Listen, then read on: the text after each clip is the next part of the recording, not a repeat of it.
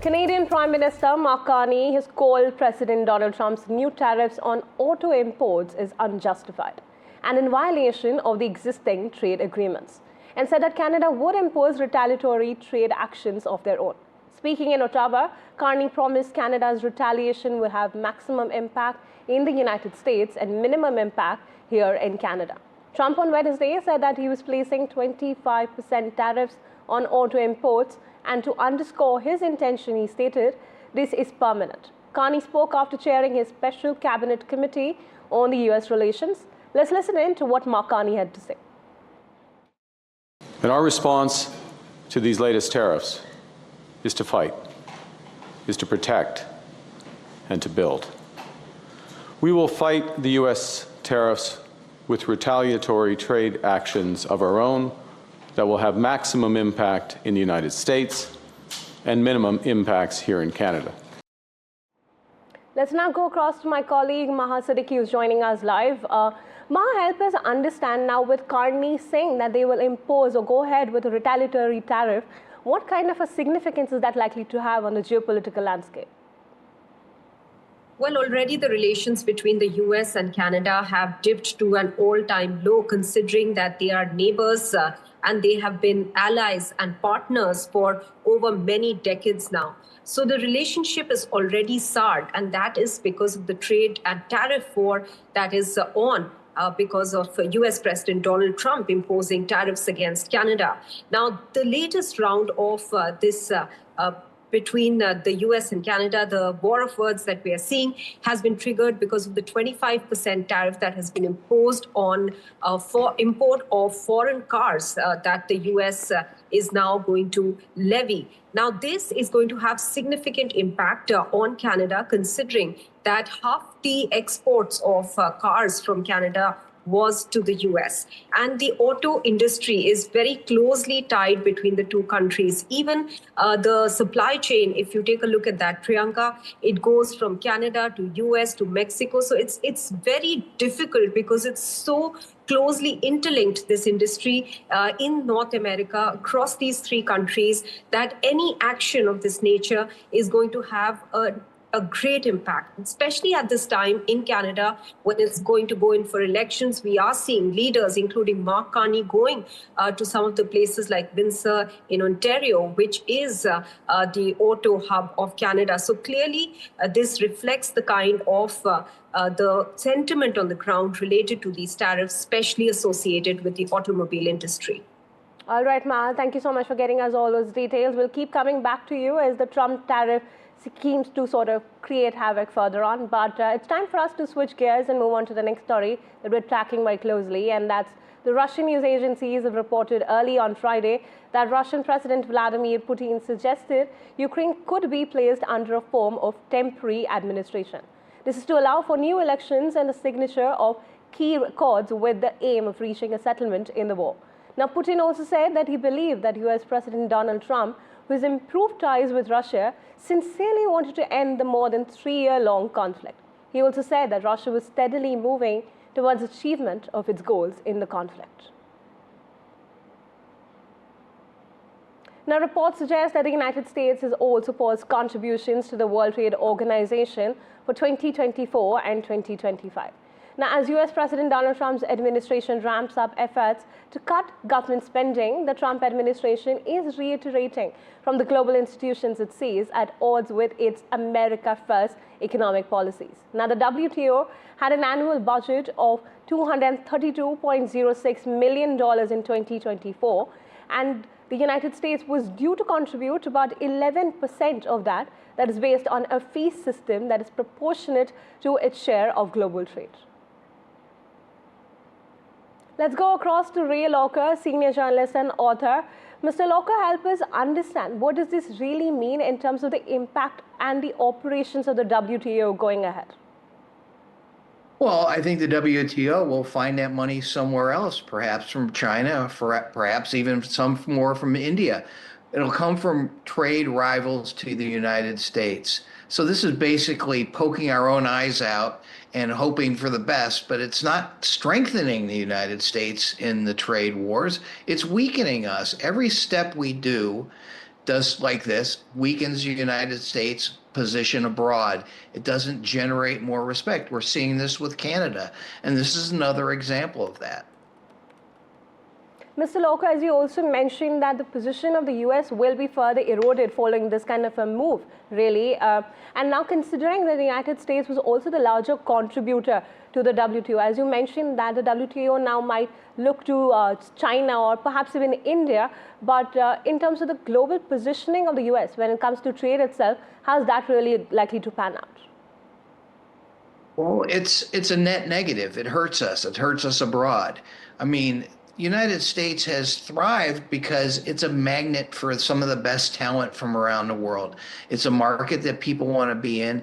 And now we're telling the rest of the world, no, we don't care about you. We don't want to play with you. Oh, you're picking on us. You're victimizing us. So we're not going to play anymore. And that is extremely counterproductive. All right, Mr. Loka, thank you so much for sharing your insights on that. Now, staying on the United States itself, in a major overhaul, the United States Department of Health and Human Services will lay off 10,000 workers and shut down entire agencies, which include the ones that oversee the billions of dollars in funds for addiction services and community health centers across the country. Now, Health Secretary Robert F. Kennedy Jr. has also criticized the department he oversees and said that there's an inefficient and sprawling bureaucracy in a video message. He faulted the department's 82,000 workers for the decline in the Americans' health. Overall, the department will downsize to 62,000 positions, losing nearly a quarter of its staff. That's about 10,000 jobs through layoffs and another 10,000 workers who took early retirement and voluntary separation offers encouraged by President Donald Trump's administration. Now, public health experts, doctors, current and former health service workers have quickly slammed Kennedy's plans, warning that they could have untold consequences for the millions of people in America. Switching gears to Australia, now Australians will go to polls on May 3rd for the general elections with a high cost of living and a shortage of housing likely weighing against the government. Now, as Prime Minister Anthony Albanese's centre-left Labour Party seeks a second three-year term, Albanese drove to Governor-General Sam Austin's official residence on Friday to trigger the election and announced the date later at a news conference at the Parliament House. Your vote has never been more important, and your choice has never been more clear. This election is a choice between Labor's plan to keep building or Peter Dutton's promise to cut. That is the choice. US Secretary of State Marco Rubio said that the US has revoked at least 300 foreign students' visas as part of President Donald Trump's effort to clamp down on pro-Palestinian protesters on the university campuses. Now, Rubio was asked to confirm how many student visas the administration had revoked in its crackdown on a rhetoric that it considers anti-Israeli. Now, the remarks follow immigration officials' detention of a doctoral Turkish student who is attending the Tufts University, and arrest the secretary defended. Let's listen into what Marco Rubio had to say. Maybe more. Might be more than 300 at this point. We do it every day. Every time I find one of these lunatics, I take away their visa. You're saying it could be more than 300 sure, visas? I hope. At some point, I hope we run out because we've gotten rid of all of them. But we're looking every day. Iran has responded through Oman to a letter from United States President Donald Trump in which he urged Tehran to reach a new nuclear deal, the Iranian state media has reported. Now, Iran's official IRNA news agency published an article on Thursday citing Foreign Minister Abbas Araghchi as saying that an Iranian response to Trump's letter was appropriately sent through Oman.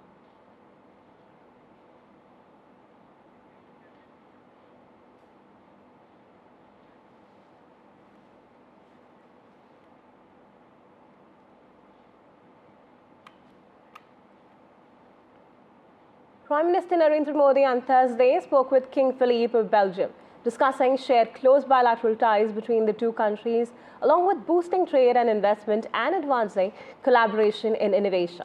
The Prime Minister's conversation comes amid reports of fugitive Indian businessman Mehul Choksi, who's been living in Belgium's Antwerp with his wife, Preeti Choksi, who is a Belgian citizen. West Bengal Chief Minister Mamata Banerjee's visit to the UK turned sour when she faced protests and disruptions during her speech at the Oxford University's Kellogg College. The audience started heckling Banerjee as she held up an old image of herself from the early 1990s, showing her with a bandaged head. She claimed it as proof of an attempt to kill her during her time in the opposition. The disruptions began when Banerjee was speaking about Bengal's development and investment opportunities. There's further disruptions when she was asked to name specific investment proposals worth lakhs of crores that she claimed the state had received.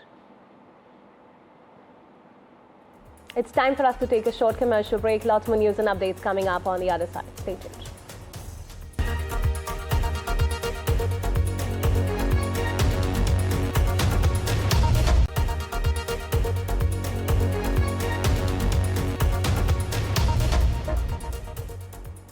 Welcome back. You're watching NDTV 24/7, and get you the next world story we're tracking is steel magnate Lakshmi Mittal, who is considering leaving the UK in response to the Labour government's decision to abolish the non-dom tax regime, making him one of the wealthiest business figures to potentially relocate, according to reports. Now, Mittal, who has been based in the UK for nearly 30 years, has been telling his associates that his likely departure is driven by the government's move to end tax exemptions for certain foreign income and gains, according to reports. Ranked 7th on the Sunday Times rich list last year with an estimated £14.9 billion fortune, now Mittal owns high-value properties across Europe, the United States and Asia. Shifting focus, helicopters dumped water over a burning forest in South Korea on Thursday as fire crews struggled to contain the country's worst ever wildfires, which have so far killed 28 people, forced at least 37,800 to flee their homes, and destroyed thousands of structures and vehicles.